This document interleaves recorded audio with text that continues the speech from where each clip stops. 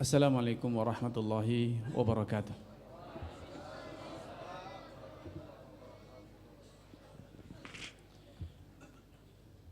Innal hamdalillah nahmaduhu wa nasta'inuhu wa nastaghfiruh wa na'udzu billahi min shururi anfusina wa sayyiati a'malina.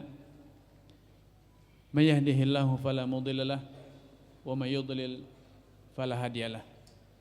Asyhadu an la ilaha illallah wahdahu la syarikalah wa asyhadu anna Muhammadan abduhu wa rasuluhu amma ba'd.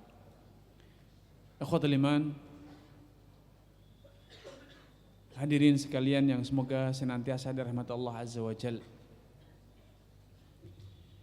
Puji dan syukur sepatutnya senantiasa kita panjatkan kepada Allah Azza wa Jalla. Berkat nikmat karunia dan taufiknya saya hadir di masjid ini yang semoga Allah Subhanahu wa taala memberkahi kehadiran kita semuanya. Kehadiran antum semuanya di rumah Allah Azza wa Jalla. Dan forum semacam ini adalah salah satu dari taman surga. Idza marartum bi riyadil jannah farta'u. Kalau kalian melintas di taman surga, segera singgah. Masuklah ke taman surga tersebut, yaitu hilaqud dzikr. Majelis-majelis yang di sana diingat Allah Subhanahu wa taala. Hadirin sekalian, dalam kehidupan sehari-hari kita sering mengeluh apa yang disebut dengan PHP. Apa itu PHP? Pemberi harapan palsu. Ketika antum menjadi korban PHP, yang salah siapa? Yang salah siapa? Yang memberi harapan palsu, janji palsu, atau antum sebagai korbannya? Yang salah siapa menurut antum? Yang salah siapa? Kok guru?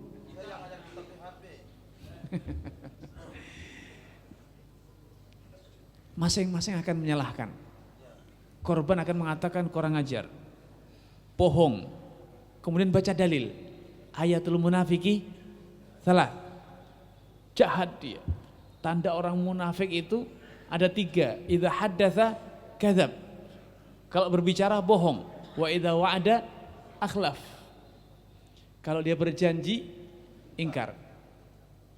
Mantap dah, yang yakin adalah yang memberi janji. Yang memberi janji pun tidak kehabisan dalil.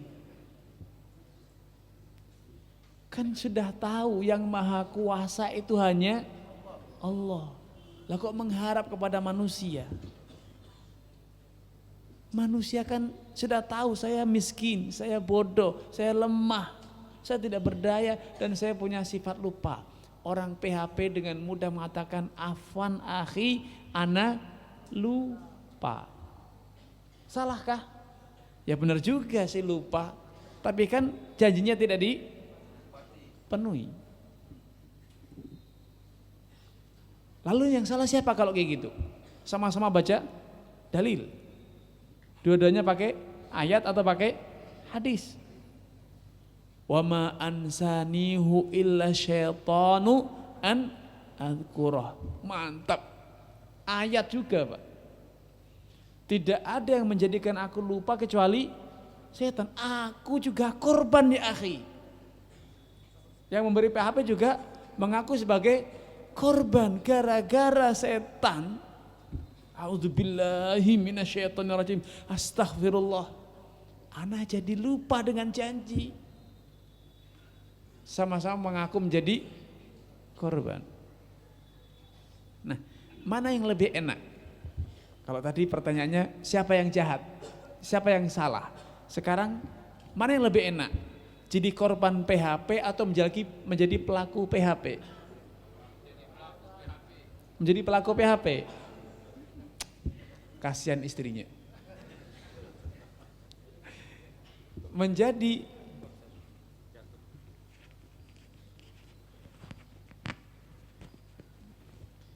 menjadi pelaku PHP itu tidak enak, Pak. Karena minimal dihujat oleh orang. Belum lagi kalau itu ada unsur kesengajaan, dosa. Ayatul munafiki salat. Ada indikator sebagai orang munafik di dunia di akhirat tercela. Menjadi korban PHP juga tidak enak. Menyesal, sakit hati, kecewa, marah. Apalagi kalau sudah ada komitmen rencananya mau bayar hutang. Janjinya hari ini. Yakin. Yang berjanji bayar hutang pun sudah bahkan mungkin bersumpah. Nah, yang mantap tuh yakin. Bilang, nak, insya Allah siang ini hutangnya bapak dibayar. Nanti sore kita jalan-jalan makan malam di restoran. Sudah senang sekeluarga. Wah, istri sudah girang, anak sudah girang. Ternyata bapaknya juga jadi korban PHP. Kata anak dan istrinya, bapak PHP kita. Mem-PHP kita.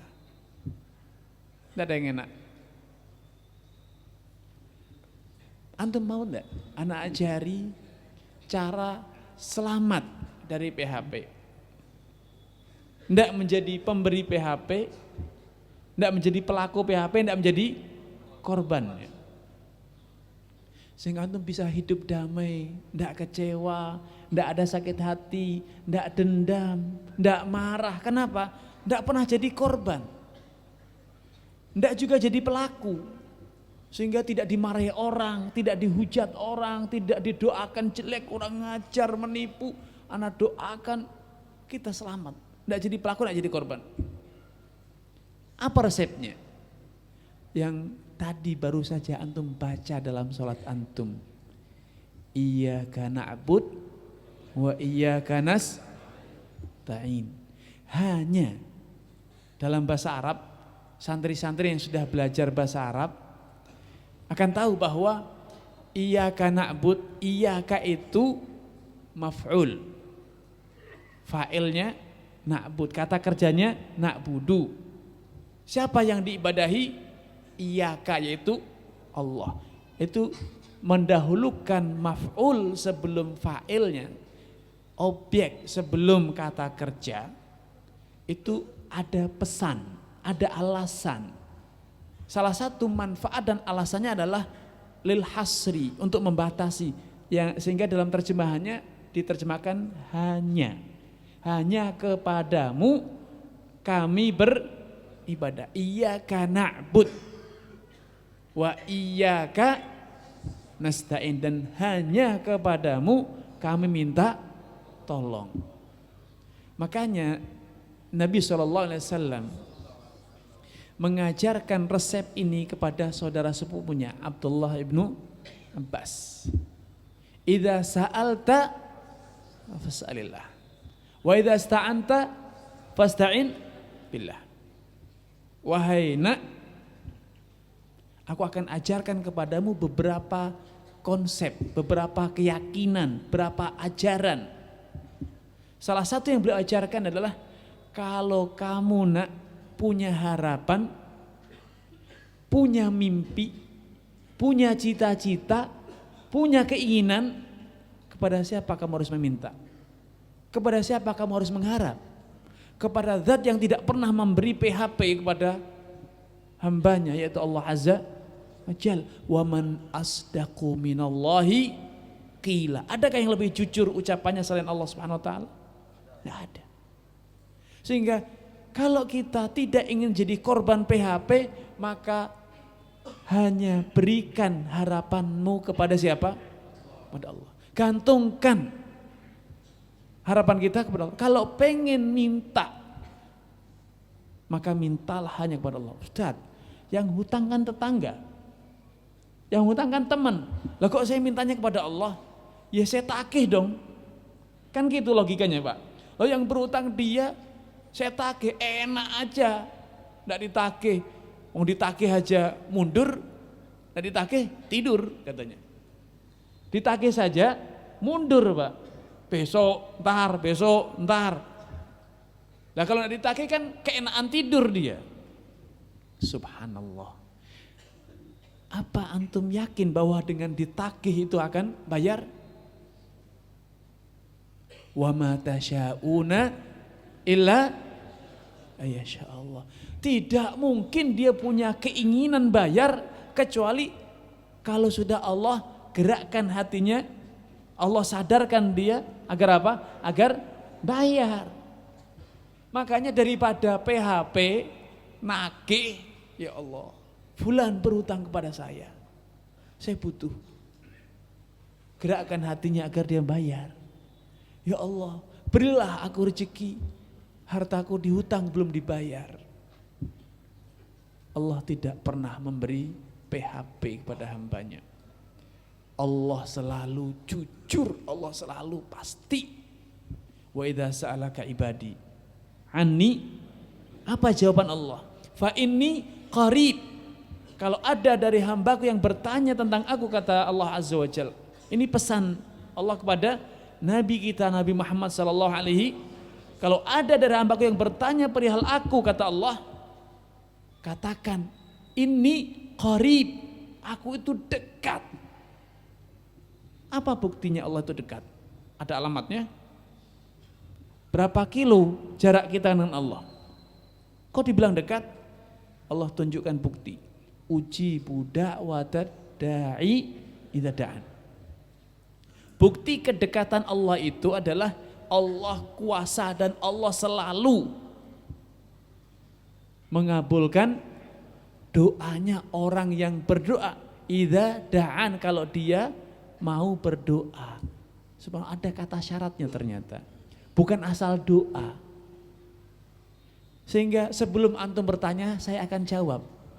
Ustaz, ana udah doa Ustaz. Udah setahun, 2 tahun. Ada yang berdoa 3 tahun, tidak dikunjung dikabulkan. Katanya, uji budak wadat dari aku pasti kabulkan. Doanya orang yang berdoa. Ya. Antum lupa Allah bersyarat idza da'an. Doanya orang yang berdoa kalau dia berdoa. Loh, gimana toh? Sudah berdoa kalau dia berdoa, berarti bukan sembarang doa. Pentingnya kita belajar berdoa yang benar. Semua kita bisa berdoa. Hari ini semua kita sudah berdoa. Tapi betulkah doa kita itu sesuai yang Allah inginkan? Jangan-jangan doa yang kita panjatkan itu tidak sesuai kriteria, tidak sesuai dengan doa yang Allah inginkan. Contohnya, betapa sering kita ketika berdoa barangkali dikabulkan. Loh, kok barangkali dikabulkan? Siapa tahu dikabulkan? Antum tidak percaya, tidak yakin. Padahal syarat dikabulkan doa itu apa? Yakin. Is'alullah wa antum muqinuna bil ijabah. Berdoalah kepada Allah dalam kondisi kalian itu betul-betul yakin, kuat yakin dikabulkan. Itu salah satu syaratnya.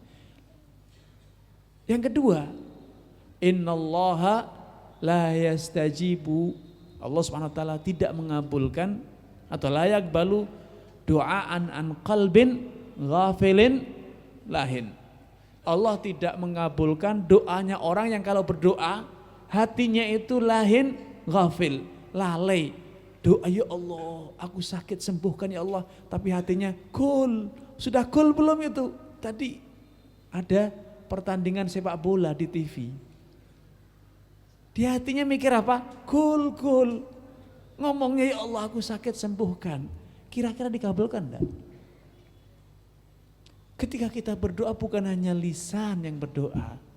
Doa itu betul-betul yakin, hati kita berdoa sebelum mulut kita mengucapkan doa.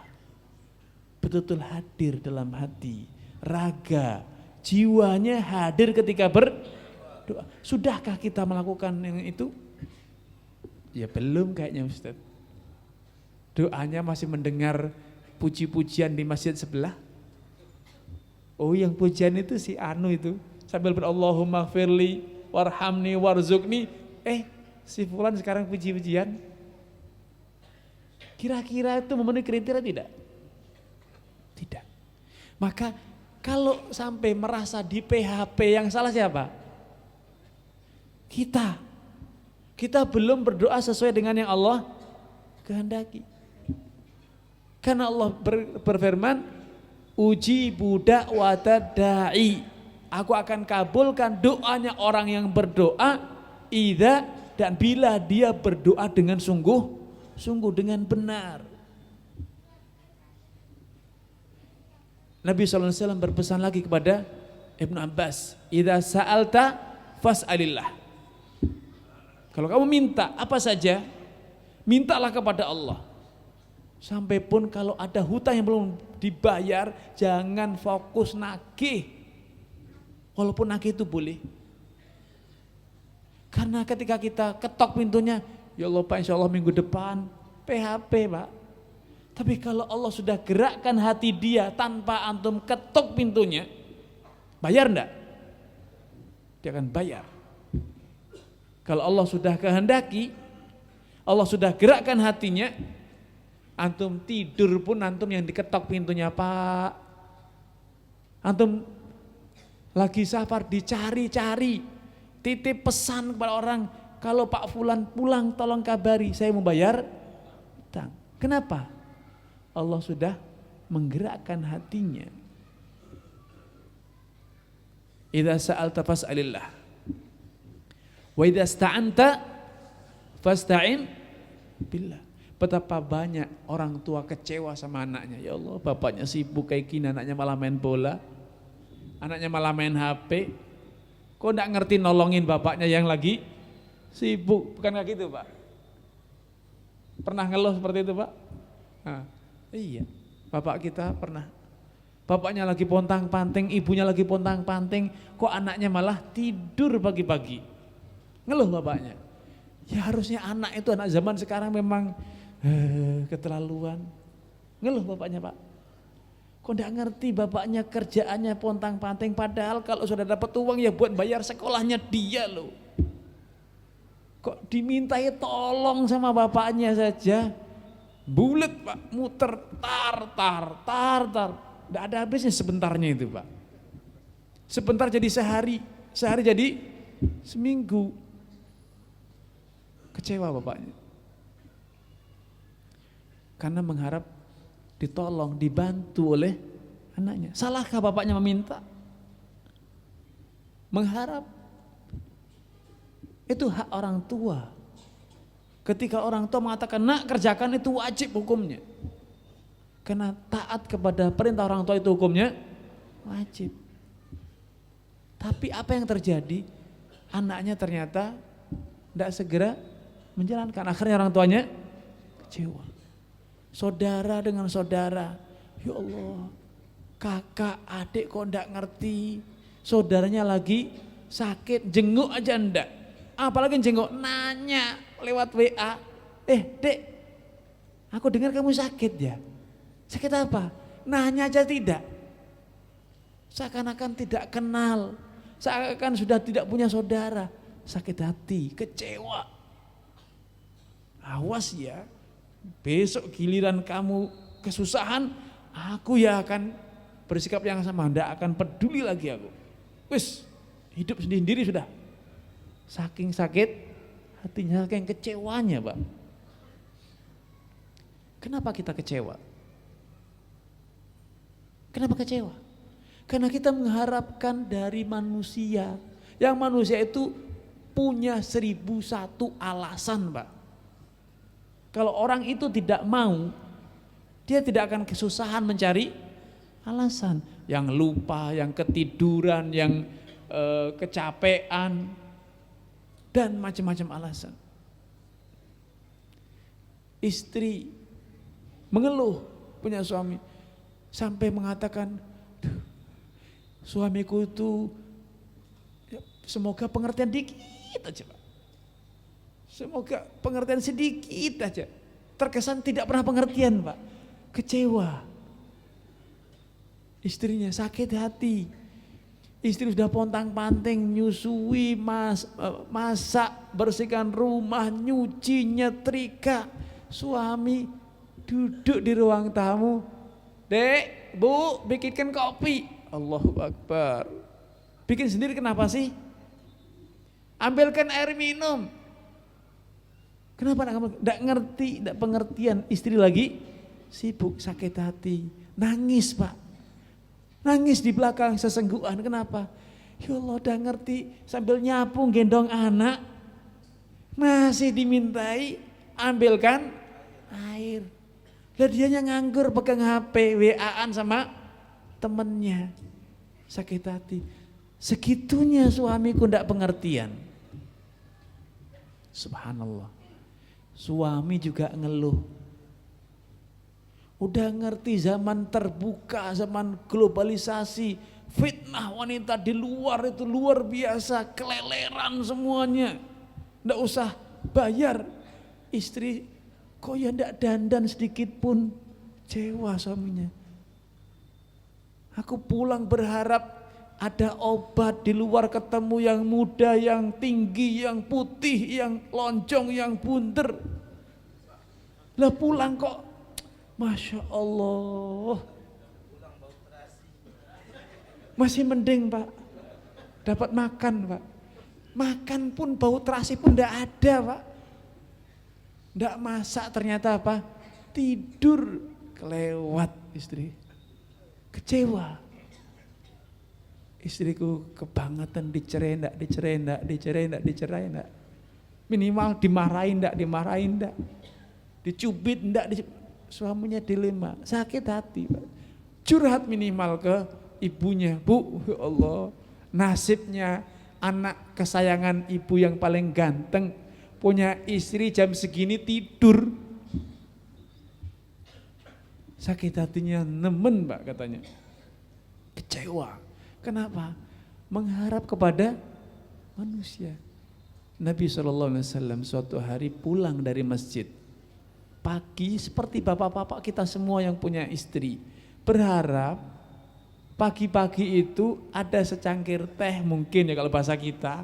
Ada gorengan anget yang bisa disantap. Nabi SAW pulang mengatakan, ya Aisyah, hal indakum syai'. Hai Aisyah, ada sesuatu yang bisa aku makan pagi ini? Istrinya Nabi, orang yang paling mulia, suami yang paling baik. Apa jawaban Aisyah? Oh banyak, yang hangat, yang pedas, yang manis. Enggak Pak. Jawabannya apa? Ma'indana syai'. Enggak ada yang bisa dimakan. Apa respon Nabi? Bangetan. Ya sudah, tadi kalau sudah tahu enggak ada ya Mbak, belanja sebentar ke warung tetangga. Ngutang-ngutang dulu, nanti suaminya pulang dibayari, minta duit. Kan bahasa kita gitu Pak. Minimal ada air hangat. Enggak Pak. Apa jawaban Nabi? Idzan ana shaim. Allahu Akbar. Malah ya alhamdulillah kesempatan puasa kalau gitu. Enggak ada ceritanya Nabi marah, minimal ditegur, enggak. Nabi tidak pernah menegur. Istrinya masak tidak masak, tidak ditegur. Anas bin Malik membuat pernyataan. Pengalaman hidup 10 tahun mendampingi Nabi SAW, melayani beliau. Khadam tu Rasulullah SAW asyra sinin, kata beliau. Aku tuh melayani Nabi 10 tahun sejak awal hijrah sampai beliau wafat. Maka li syai'in sana'tuhu lima sana'tu. Nabi tidak pernah menegur aku karena melakukan sesuatu hal, ditegur, kenapa kamu berbuat itu? Kenapa kamu lakukan itu? Wala li syai'in lam asna'hu. Nabi juga tidak pernah negur sesuatu yang tidak aku kerjakan, ditegur, kenapa engkau tidak kerjakan? Nabi tidak pernah. Beliau nerima apa adanya, karena Nabi tidak pernah menggantungkan harapannya kepada manusia. Ndak istri, ndak pembantunya, ndak pelayannya. Beliau betul-betul pasrah total kepada Allah Subhanahu wa taala. Yakin rezeki beliau pagi itu, siang itu, hari itu sudah Allah takdirkan. Kalau ada ya berarti rezekinya, kalau tidak ya belum Allah kehendaki.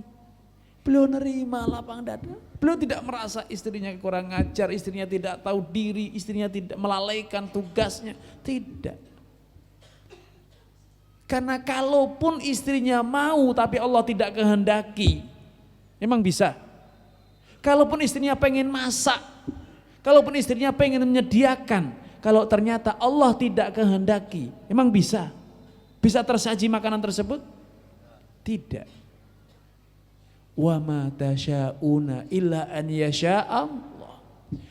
Apalagi masak, Pak. Sekedar muncul ide masak saja tidak ada di kepalanya. Kalau tidak Allah kehendaki. Yang memunculkan ide, gagasan, pengen masak itu Allah. Jadi sekedar punya keinginan saja tidak. Maka Nabi hanya pasrah kepada Allah SWT.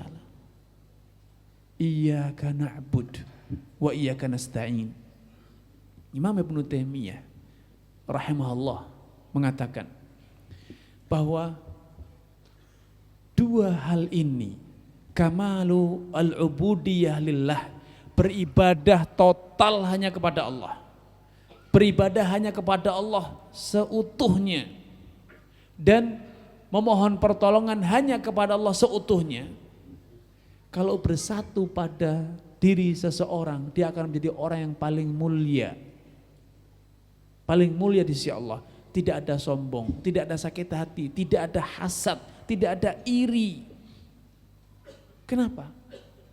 Ketika seseorang itu betul-betul orientasinya hanya beribadah kepada Allah, ikhlas karena Allah, tidak ada sombong. Sadar apapun yang dia miliki termasuk ibadah yang dia lakukan itu karunia dari Allah Subhanahu wa taala. Betul-betul itu karunia Allah, bukan untuk disombongkan, bukan untuk dibanggakan. Kalau Allah tidak kehendaki, dia tidak akan bisa beribadah. Kalau dia tidak kehendaki, tidak akan punya harta. Kalau Allah tidak kehendaki, dia tidak mungkin sehat. Dia tidak mungkin bisa datang. Dia tidak mungkin kaya, punya jabatan, tidak mungkin. Itu semuanya adalah ma'unah dari Allah Subhanahu wa taala. Orang yang pamrih, punya harap kepada selain Allah, dia pasti akan terjatuh dalam hasad. Kenapa? Kalau Pak ini sudah ngasih si fulan, kemungkinan tidak akan ngasih saya.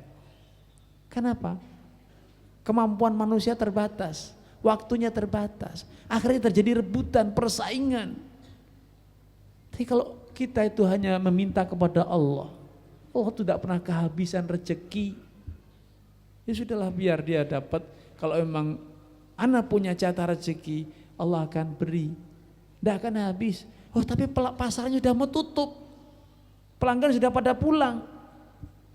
Kalau Allah kehendaki, walau semua udah pulang dari pasar, tutup semuanya, tidak tersisa kecuali kita sendiri. Bahkan kita pun sudah ikut pulang, pelanggannya nunggu di rumah. Mungkinkah seperti itu? Mungkin. Bahkan kita sudah mau tidur, udah hari ini berarti tidak ada yang laku dagangan saya. Diketok, Pak, itu udah tidur, Pak, masih punya barang ini enggak, Pak? Allah utus itu malam-malam, Pak. Ada apa? Sengketa, pelanggan, rebutan, hasad, iri. Itu semuanya karena lupa bersandar kepada Allah Subhanahu wa taala. Orang yang terjatuh dalam gila hormat, terus sanjung, wah aku hebat, pengen dipuji, pamrih, itu semuanya gara-gara lupa untuk beribadah kepada Allah. Oh, saya udah pernah ngasih lo, membantu lo, masjid ini saya itu waktu membangunnya, oh kalau ndak saya tegur tukang itu mungkin sudah roboh waktu itu. Lupa masang ini, masang itu. Masya Allah. Akhirnya diceritakan ke sana kemari, Pak. Untuk apa? Dipuji. Ketika dia cerita, walau gitu aja diceritain, sakit hati Pak. Ketika mau cerita tidak didengerin atau bahkan malah diremehkan. Kayak gitu kan biasa aja. Tidak hebat. Malah lebih atas lagi. Saya perannya lebih banyak, kamu kan cuman ngawas, saya yang donatornya. Coba kalau saya tidak donasi, bisa berdiri masjid itu? Nah, terus Pak seperti itu. Pamrih. Itu karena lupa untuk memurnikan ibadah kepada Allah. Hubungan rumah tangga. Yang adik-adik belum nikah persiapannya. Yang sudah nikah introspeksi diri. Suami atau istri ketika masakan oleh suami dimasak, ditunggui sama istrinya. Gimana Pak? Enak. Kan gitu Pak? Ya Pak ya, ketika istri menyuguhkan makanan ditunggui. Gimana Pak? Sambil dimakan. Enak Pak? Sambil makan. Marah istrinya. Kenapa? Mbok ya dipuji enak gitu, apa sih susahnya ngomong enak? Masya Allah, sudah dimakan pun istrinya masih kecewa Pak. Kenapa? Ya kan diapresiasi, sudah capek-capek, susah payah, dimasakin kok cuman Siapa yang pernah menjadi korban? Angkat tangan Pak. Pada ketawa nih berarti pernah punya pengalaman Pak ya. Kenapa istri sampai terjatuh kayak gitu tuh? Karena dia mengharap pujian dari siapa? Suaminya. Lah kok tidak dipuji, apalagi dimakan ditinggal pergi gitu aja. Malah dikritik lagi. Kok keasinan Dek? Langsung gelap gulita dunia Pak. Ya belum dipuji apa-apa sudah kritikan lagi. Mbak terima kasih udah dimasain. Kecewa sakit hati Pak istri itu Pak. Kenapa? Mengharap pujian. Iyyaka na'bud. Kalau istri sadar melayani suami itu dalam rangka menjalankan perintah Allah, taat pada suami itu ibadah lillah saja. Suami mau ya atau dikritik, emang berkurang pahalanya. Selama istri sudah totalitas berusaha sebaik mungkin. Namanya manusia Pak. Nuangin garam, kaget, ada cicak jatuh, kebanyakan akhirnya, keasinan. Dia sabar, ya Allah, pahalaku 2 kali. Sudah berusaha menjalankan yang terbaik, masih lagi tidak diapresiasi 2 pahala Pak. Maka istri semakin bersyukur, alhamdulillah pahalaku 2 kali. Kalau suamiku bilang, wah makanan emak cuma 1 pahalaku. Pahala melayani suami dan pahala sabar kalau dikritik. Maka istri tidak pernah kecewa, alhamdulillah. Semoga besok keasinan lagi. Kepedesan, gosong, pahalanya 2. Dia sabar, bukannya kecewa, bukannya sakit hati. Kenapa? Iyyaka na'bud. Rasulullah SAW bersabda, idza sholatil mar'atu khamsaha. Kalau wanita itu sudah sholat 5 waktu. Wasamat syahra, puasa Ramadan genep, tidak bolong-bolong. Kalau haid ya dikodok, tidak ada yang ditinggalkan. Wa ata'at ba'lah, dan taat kepada suami. Coba bandingkan.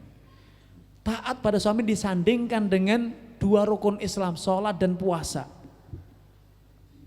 Kenapa wanita sulit untuk ikhlas? Ikhlas dalam sholat, insya Allah. Ikhlas dalam puasa, insya Allah. Ketika masakan untuk suaminya kok nunggu dipuji. Apa kalau istri sholat, Pak saya udah sholat, ya alhamdulillah. Cuman alhamdulillah, Mbak dipuji istriku solehah gitu. Memang kayak gitu Pak? Kan enggak boleh. Sholat lillah, mau dipuji enggak dipuji, tetap sholat. Bahkan tidak boleh mengharap sama. Melayani suami pun juga jangan mengharap dipuji. Kalau wanita mampu seperti itu adalah lillah azza wa jalla, iyyaka na'bud. betul-betul menjalankan semua itu karena Allah, dalam rangka beribadah hanya kepada Allah. Suami pun gitu. Sebaliknya ibu-ibu yang mungkin di atas ya, biar tidak sakit hati ke saya Pak. Saya juga takut kalau disakiti Pak. Kadang suami itu Pak pulang kerja capek, panas, di pasar juga engkel-engkelan, diributin sama pelanggan, dikomplain, ditipu, semacam kejadian, seragamnya kejadian di luar macem-macem. Yang di ladang ya panas, terik, airnya yang seharusnya ada airnya ladangnya, airnya diambil orang Pak, ladang kita tetap kering.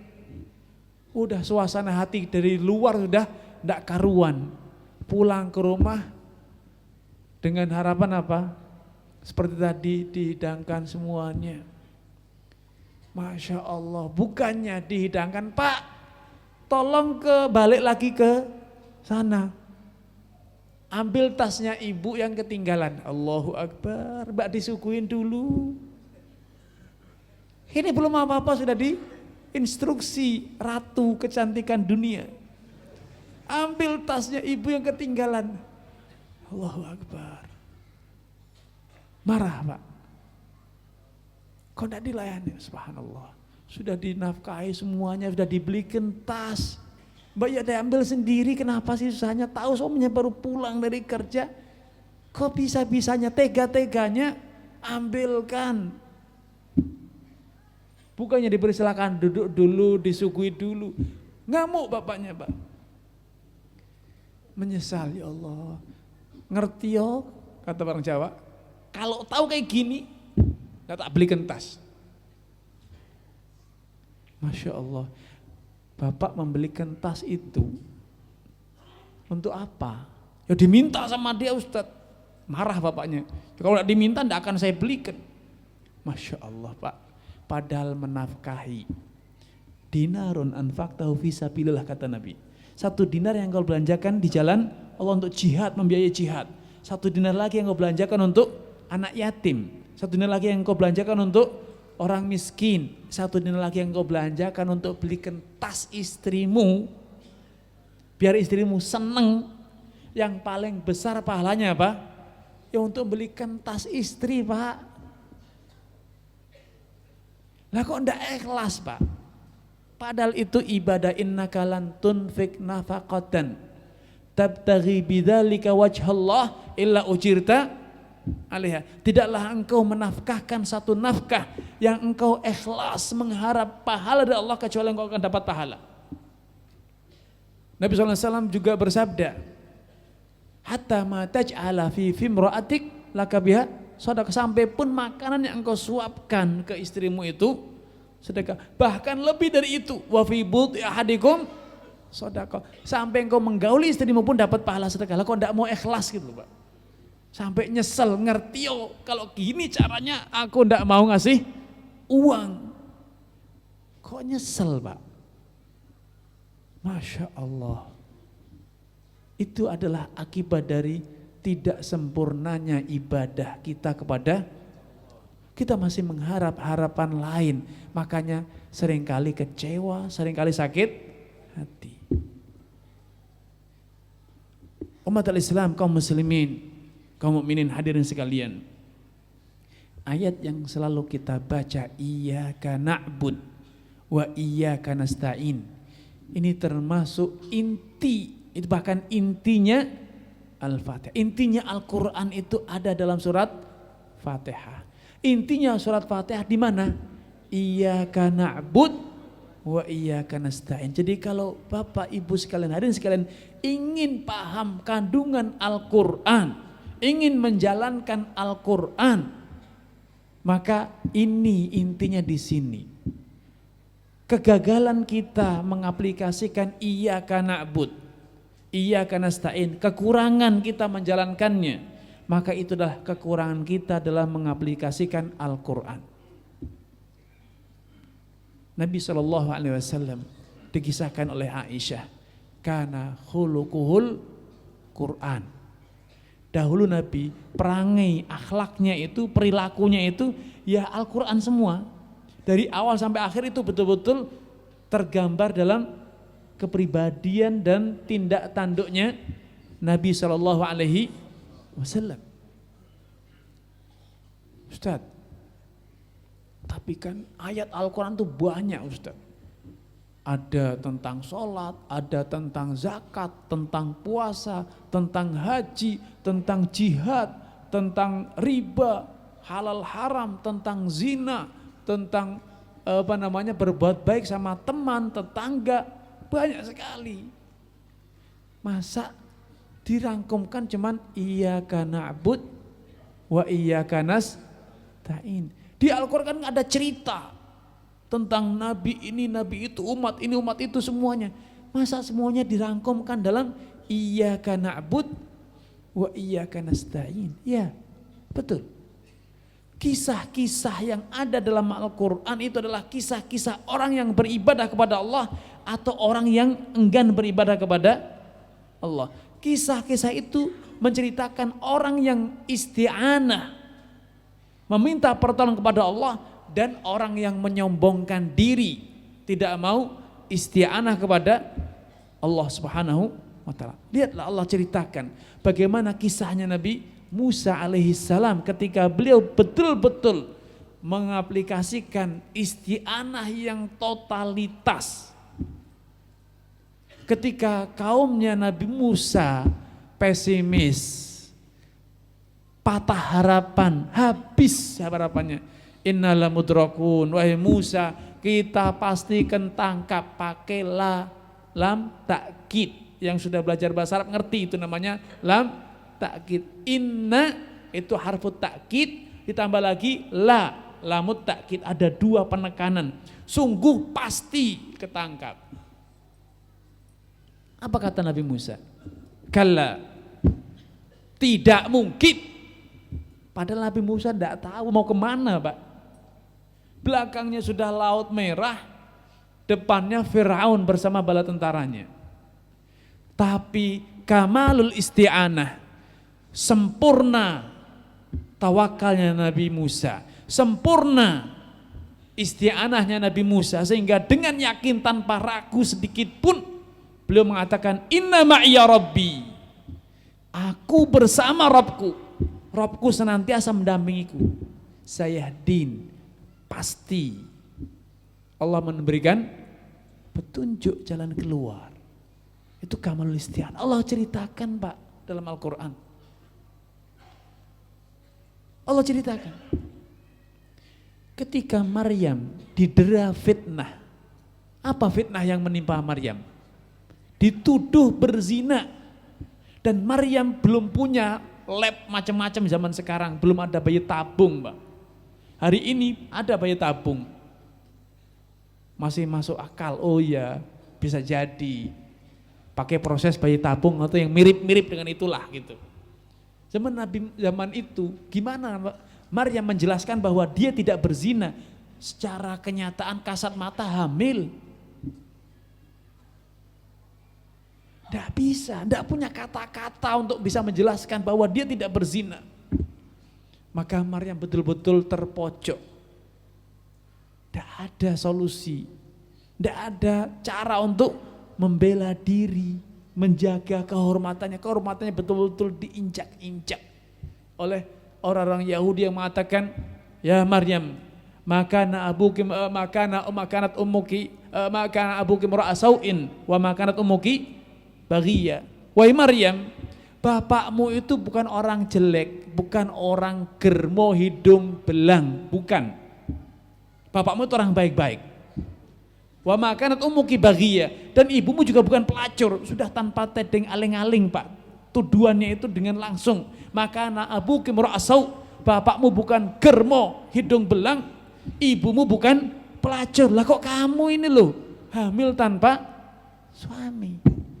Apa yang bisa dilakukan oleh Maryam, Pak? Betul-betul tidak punya cara, tidak punya strategi untuk menjelaskan bahwa dia tidak berzina. Maryam hanya mengatakan inna nadartu lirrahmani shauma. Aku sudah bertekad untuk tidak berbicara. Falan ukallimal yauma. Sudah, sejak hari ini aku sudah bersumpah, bernazar kepada Allah untuk tidak berbicara kepada siapapun manusia di dunia ini. Falan, menggunakan kata lan yang artinya seterusnya. Sudah, tidak akan. Ketika lahir, tidak selesai, gosip, isu itu tidak berhenti. Terus Maryam didera oleh gosip berzina, tuduhan itu semakin kenceng, Pak. Karena emang 9 bulan 10 hari, Pak, tidak ada klarifikasi, tidak ada, Zakaria pun juga tidak bisa. Untuk apa? Membela. Betul-betul Maryam terpojok, semua orang yang beriman pun bisu, tidak tahu harus berbuat apa. Ketika Maryam telah melahirkan putranya, mereka berdatangan berbondong-bondong memastikan bahwa memang Maryam berzina.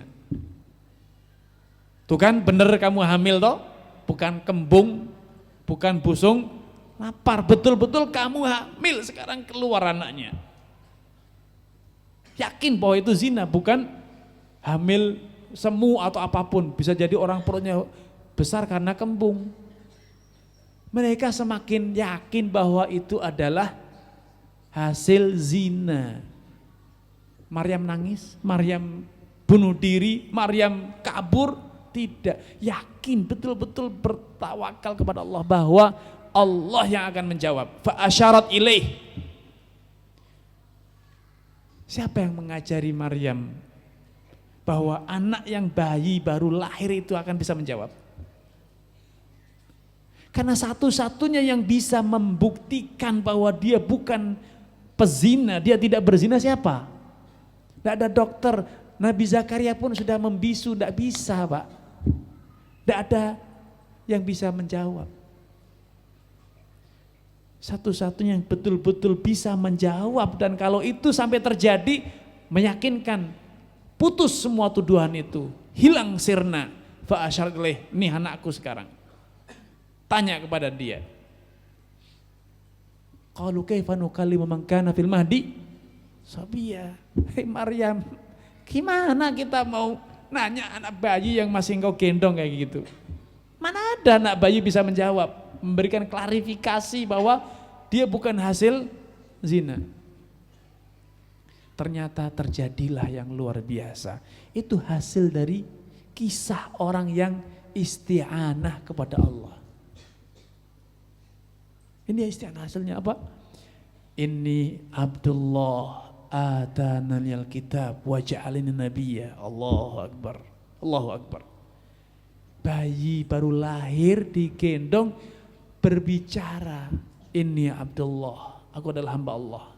Ataniyal kitab, aku akan diberi kitab, wa ja'alani nabiyya, dan aku akan dijadikan seorang. Allahu Akbar. Selesai semua tuduhan, Pak. Tuduhan itu selesai. Kenapa? Maryam tidak curhat kepada Zakaria.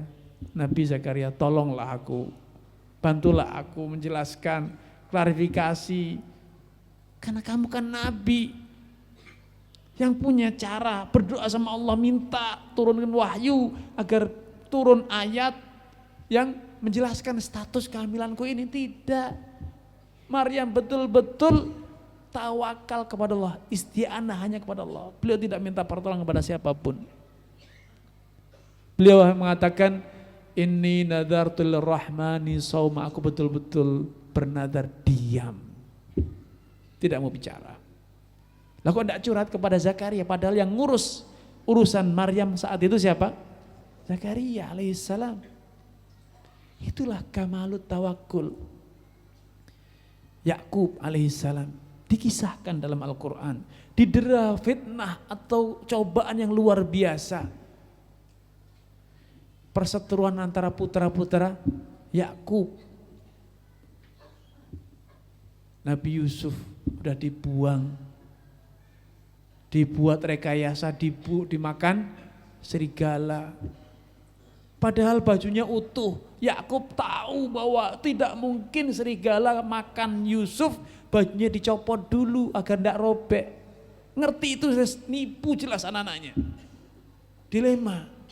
Nabi Yusuf hilang, dan terbukti bahwa anak-anak yang lainnya penjahat, jahat, berbuat kejahatan di situ, menipu bapaknya sendiri. Telah bertindak satu kejahatan. Bertambah sedih kehilangan anak dan mendapatkan bukti valid bahwa anak-anak yang lainnya berlaku kejahatan. Betapa sedihnya dan hancurnya perasaan seorang ayah. Kemudian belum selesai masalah ini, Binyamin adiknya Yusuf pun didera masalah. Katanya innabnaka saraqa, Pak, anakmu yang satu lagi maling, sehingga sekarang ditangkap di penjara. Allahu Akbar. Apa kata Nabi Yakub? Innama ashku bathi wa huzni ilallah. Aku hanya akan menyampaikan keluh kesahku dan dukaku hanya kepada Allah Azza wa Jalla. Orang-orang yang betul-betul telah merealisasikan ubudiyah lillah, betul-betul hanya mengharap dari Allah. Dan kalau butuh pertolongan hanya minta pertolongan kepada Allah. Idza sa'alta fas'alillah wa idza sta'anta fasta'in billah. Mereka orang-orang yang bebas dari PHP. Tidak kecewa, tidak sakit hati. Tidak pernah mengkambing hitamkan siapapun gara-gara fulan. Tidak. Qaddarallah wa ma syaa fa'al. Ini semuanya berjalan sesuai dengan takdir Allah. Dan kalau Allah sudah menghendaki, pasti terjadi. Beriman kepada takdir, itu adalah obat untuk sakit hati. Tidak akan pernah sakit hati. Menyempurnakan, memurnikan ibadah kepada Allah, tidak menjadikan kita kecewa karena tidak diapresiasi, tidak diakui. Ya Allah, anak yang bangun tidak diakui, anak yang ngajari tidak diakui, anak ustadznya dia ingusen itu imbelnya, anak yang ikut ngulap sejak kecil anak ajari. Setelah jadi ustadz besar lupa, tidak silaturahmi ke ustadznya. Datang aja ndak, ketemu di jalan ndak nyapa, Allahu Akbar, sakit hati anak. Itu tanda bahwa Ustadz, iya kana abudu, oh iya kana nasta'in. Kenapa antum sakit hati? Gimana ndak? SPP anak bebasin, anak carikan donatur, anak ajari, sampai gede. Ketika sudah gede, anak yang pertama kali dilupakan. Tidak, antum tidak dilupakan, Allah sudah mencatat nama antum. Tidak usah mengharap diingat oleh siapapun. Akan ada 7 golongan orang yang dinaungi di bawah arsy Allah. Di saat tidak ada tempat bernaung selain naungan Allah Subhanahu wa taala. Salah satunya rajulun tasaddaqa bi shadaqatin. Orang yang bersedekah, berdonasi, berbuat, berkarya. Dengan tangan kanannya disembunyikan, dirahasiakan, bahkan dia berusaha merahasiakan agar tidak ketahuan siapa yang berbuat. Sampai tangan kirinya pun tidak tahu, ya wajar tidak diapresiasi. Memang dia juga tidak berharap apresiasi. Innama nut'imukum liwajhillah. Aku memberi kamu, menyantuni kamu itu betul-betul karena la nuridu minkum jazaan wala, aku tidak mengharap imbalan atau ucapan maka apresiasi, tidak. Cukup Allah yang mencatatnya, cukup Allah yang mengapresiasinya. Saya ingin akhiri penyampaian ini dengan pernyataan Imam Syafi'i rahimahullah, panutan kita semua. Di Indonesia kita bermadhab dengan madhabnya Imam Syafi'i. Beliau mengatakan, menceritakan perihal ilmu yang telah beliau kumpulkan dan beliau ajarkan, beliau tulis. Waditu annas akhadhu hadal ilm.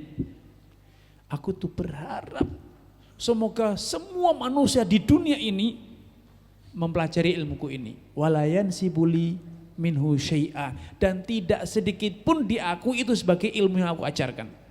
Tidak apa-apa.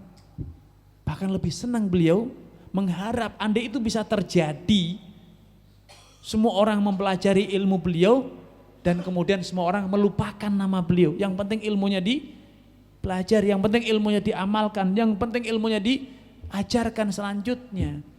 Itu adalah contoh konkret orang-orang yang betul-betul telah berhasil mencapai kesempurnaan iyyaka na'bud wa iyyaka nasta'in.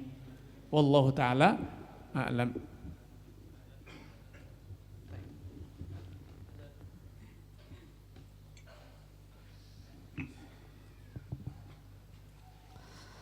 Allahu Akbar, Allahu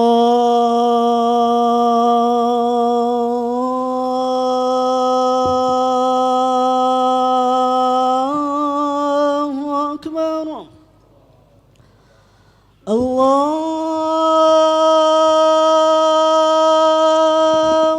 Akbar,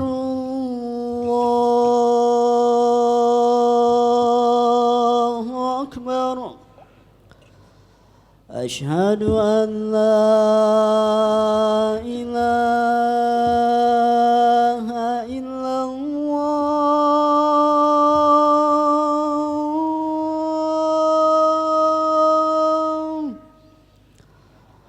أشهد أن لا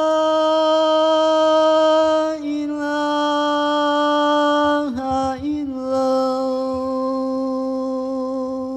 الله. أشهد أن محمدا رسول الله.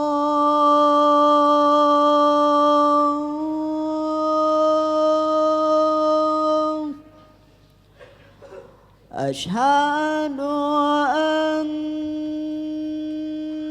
محمدا رسول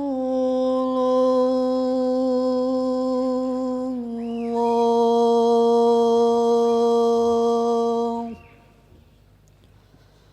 حي على الصلاة.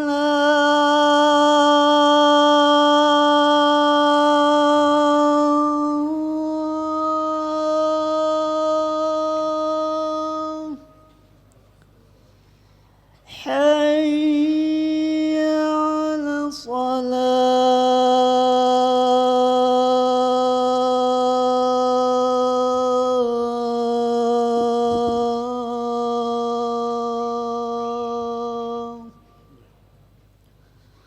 حي على الفلاح.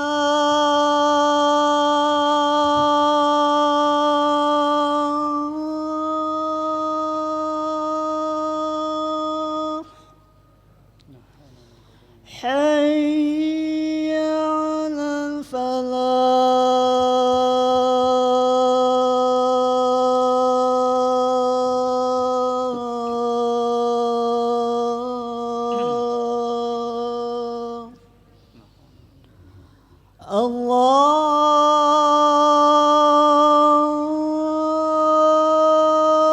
الله أكبر، الله أكبر. لا إله إلا الله.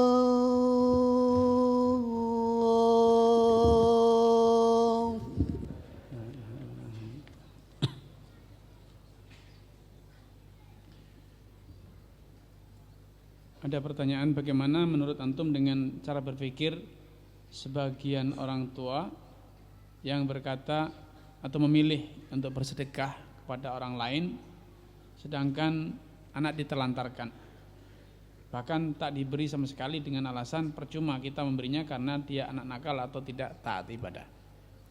Ya, pertama ingatlah, nafkah itu wajib. Nafkah itu wajib. Maka niatkan ketika nafkah itu bukan agar anaknya nurut. Karena anak nurut atau anak taat, anak soleh itu hidayah. Yang bisa menjadikan anak kita soleh siapa? Allah. Tetapi satu hal yang pasti tidak boleh kita lupakan adalah nafkah, nafkahi dia. Adapun anak, maka mintalah kepada Allah, Allah jadikan anakku soleh. Innaka la tahdi man ahbabta walakin Allah yahdi. Engkau tidak bisa memberi hidayah kepada siapapun yang engkau cintai, yang engkau mau. Sejatinya Allah lah, hanya Allah lah yang bisa memberi hidayah kepada siapa yang Allah kehendaki. Maka kalau antum ingin anak antum jadi anak soleh, tadarruklah kepada Allah. Sholatlah di akhir malam, doakan agar pintu hidayah terbuka untuk putra-putramu. Yang kedua, pastikan bahwa nafkah yang kita berikan itu halal. Karena salah satu biang anak itu tidak taat, anak itu tidak soleh adalah nafkah yang didapat dari cara yang haram. Allah SWT ketika memerintahkan manusia memakan yang halal, ya ayyuhan nasu kulu mimma fil ardi halalan thayyiba. Wahai manusia sekalian, makanlah dari apa yang di muka bumi yang halal dan yang thayyib. Kemudian Allah berikan warning. Wala tattabi'u khutuwati syaitan. Jangan engkau ikuti langkahnya setan. Kenapa makan yang halal dan thayyib disandingkan dengan larangan mengikuti langkah? Kan ini saling berkorelasi, saling berhubungan. Kalau makannya tidak halal, tidak thayyib, hasilnya ya mengikuti langkah setan. Ini plus minus, Pak. Kalau plus, alhamdulillah. Kalau minus ya berarti mengikuti langkah setan. Maka sebelum menyalahkan anak, koreksi diri. Sudahkah halal? Sudahkah thayyib? Didapat dengan cara-cara yang baik. Yang ketiga, anak itu adalah hasil kinerja orang tua. Karya pertama orang tua itu adalah anak. Ma min mauludin, tidaklah ada anak yang terlahir kecuali terlahir dalam kondisi fitrah, bersih, suci, sesuai dengan fitrahnya Islam. Orang tuanya lah yang menjadikan dia Yahudi, Nasrani atau Majusi. Sehingga kalau anak kita tidak beres, jangan buru pecahkan kacanya. Bisa jadi muka kita yang buruk. Itu pepatah orang Sumatera, Pak. Buruk rupa, cermin dibelah. Cerminnya jelek, merek murahan katanya. Memang kalau merek mahal jadi cakep. Ya tidak, Pak, hitamnya tetap, bahkan semakin kelihatan hitam. Yang pesek ya tetap kelihatan pesek. Cermin yang bagus semakin kelihatan, mendingan cermin yang buruk. Ketika bagian hidung ketutupan noda di cermin, tidak kelihatan hidungnya. Anak itu cermin bapak dan ibunya. Ada kemungkinan telat memberikan keteladanan, membiarkan anak bergaul dengan teman yang salah, memilih tempat tinggal yang tidak kondusif. Siapa yang memilih tempat tinggal? Bapak dan ibunya. Maka jangan sampai kita pandai menyalahkan orang tapi lupa introspeksi diri. Nafkah tetap harus diberikan. Pendidikan kalau belum berhasil jangan putus asa. Nabi Nuh alaihissalam sampai detik terakhir beliau tidak putus asa, tidak pesimis padahal anaknya sudah tenggelam. Tanda bahwa dia termasuk yang diazab itu sudah nyata. Anaknya tenggelam, Pak. Wa hala bainahumal mauj fakana minal mughraqin, kata Allah SWT. Semula Nabi Nuh masih membujuk, irkam ma'ana, ayo naik bersama kita. Sa'awi ila jabalin ya'simuni minal ma', kata anaknya. Pak, aku akan lari ke gunung yang akan melindungiku dari air, udah akan tenggelam. Di saat komunikasi sedang berjalan, disambar oleh ombak, tenggelamlah. Fakana minal mughraqin. Berhenti Nabi Nuh, putus asa? Tidak. Inna hubni, ya Allah, itu anakku. Wa inna wa'dakal haq, dan janjimu itu benar bahwa engkau akan menyelamatkan keluargaku. Anakku ini keluarga aku, ya Allah, kenapa tenggelam? Bukankah engkau sudah berjanji bahwa keluarga akan selamat? Innahu laysa min ahlik, innahu amalun ghairu.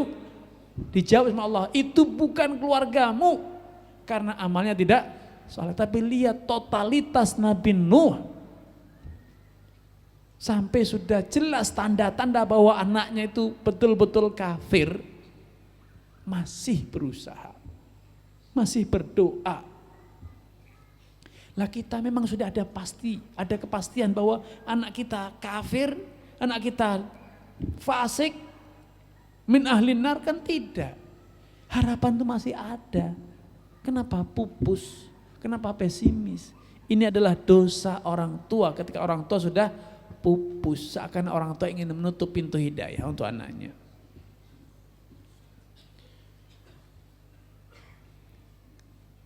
Ini yang anak-anak kasihan, pertanyaannya sensitif sekali. Saya tidak mau nikah secara diam-diam, Ustaz. Saya berkali-kali minta secara baik-baik kepada istri untuk poligami. Nah, bapak-bapak senyum nih. Mewakili, walaupun tidak nulis pertanyaan, tapi terwakili.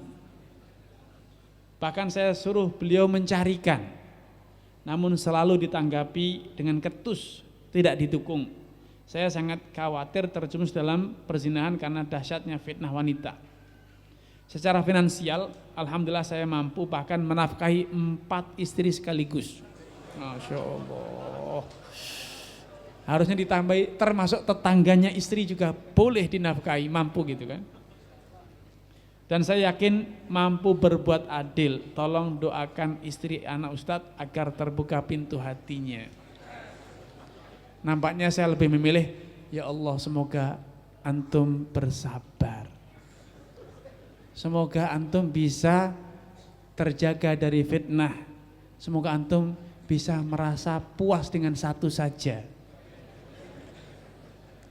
Ya Allah kok kejam Ustadznya.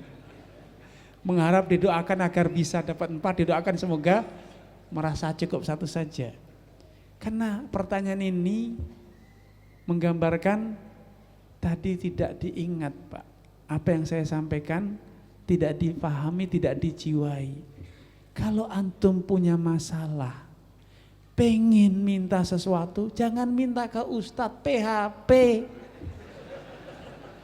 Antum kan merasakan anak PHP kan? Mengharap dengan asumsi Ustadz makbul doanya, mustajab doanya. Ya Allah semoga yang bertanya ini puas dengan satu saja, ridho dengan satu saja, bahagia dunia hingga akhirat. Semoga dilindungi dari maksiat, biar antum merasakan PHP. Anak ajari biar tidak merasa PHP, malah nantangi biar PHP.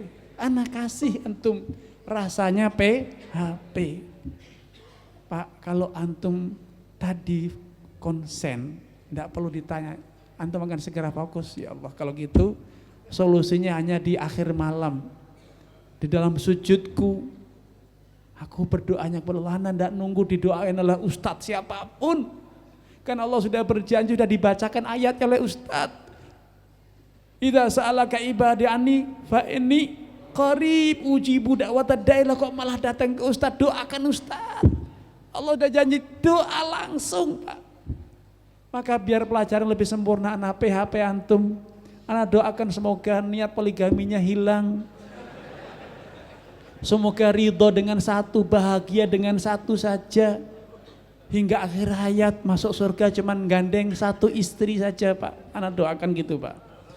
Biar antum rasa pengalaman yang tidak terlupakan di PHP oleh ustadz. Rasain Pak, puas beliau Pak. Jangan-jangan antum yang nanya Pak. Oh bukan, bukan Pak ya. Alhamdulillah enggak PHP Pak ya. Enggak, alhamdulillah. Oh, insya Allah enggak PHP beliau Pak. Jadi Pak, kalau memang bersungguh-sungguh, buktikan antum hanya berdoa kepada Allah. Jangan minta istri pun jangan. Dek tolong izin, jangan. Minta sama Allah. Tapi doa sudah diucapkan, semoga terkabulkan Pak. Biar istri Bapak yang tidak mengharap saya berdoa bahagia. Karena beliau pasrah sama Allah Subhanahu wa taala. Ya Allah, khawatir tapi hanya bisa tawakal. Takut dipoligami tapi tidak boleh nolak, tidak bisa berapa-apa. Beliau nampaknya berdoa, ya Allah, hilangkan niat poligami dari suamiku. Doa istrinya kayaknya gitu Pak. Sehingga pada sore ini nampaknya harapan istrinya yang dikabul Allah SWT. Sehingga istrinya bahagia mendengar ceramah ini. Alhamdulillah, didoain sama Ustadz gitu. Diaminin sama jamaah satu masjid. Oh. Itulah hadiahnya orang yang mengharap hanya kepada Allah. Ini pelajaran berharga Pak ya. Maka sejak hari ini jangan mengharap didoakan oleh siapa saja. Berdoalah hanya kepada idza sa'alta fas'alillah. Mungkin sampai di sini saja. Semoga tidak ada lagi yang PHP di antara kita. Ya. Kita akhiri subhanakallah bihamdika asyhadu an la ilaha illa anta astaghfiruka wa atubu ilaik. Wassalamualaikum warahmatullahi wabarakatuh.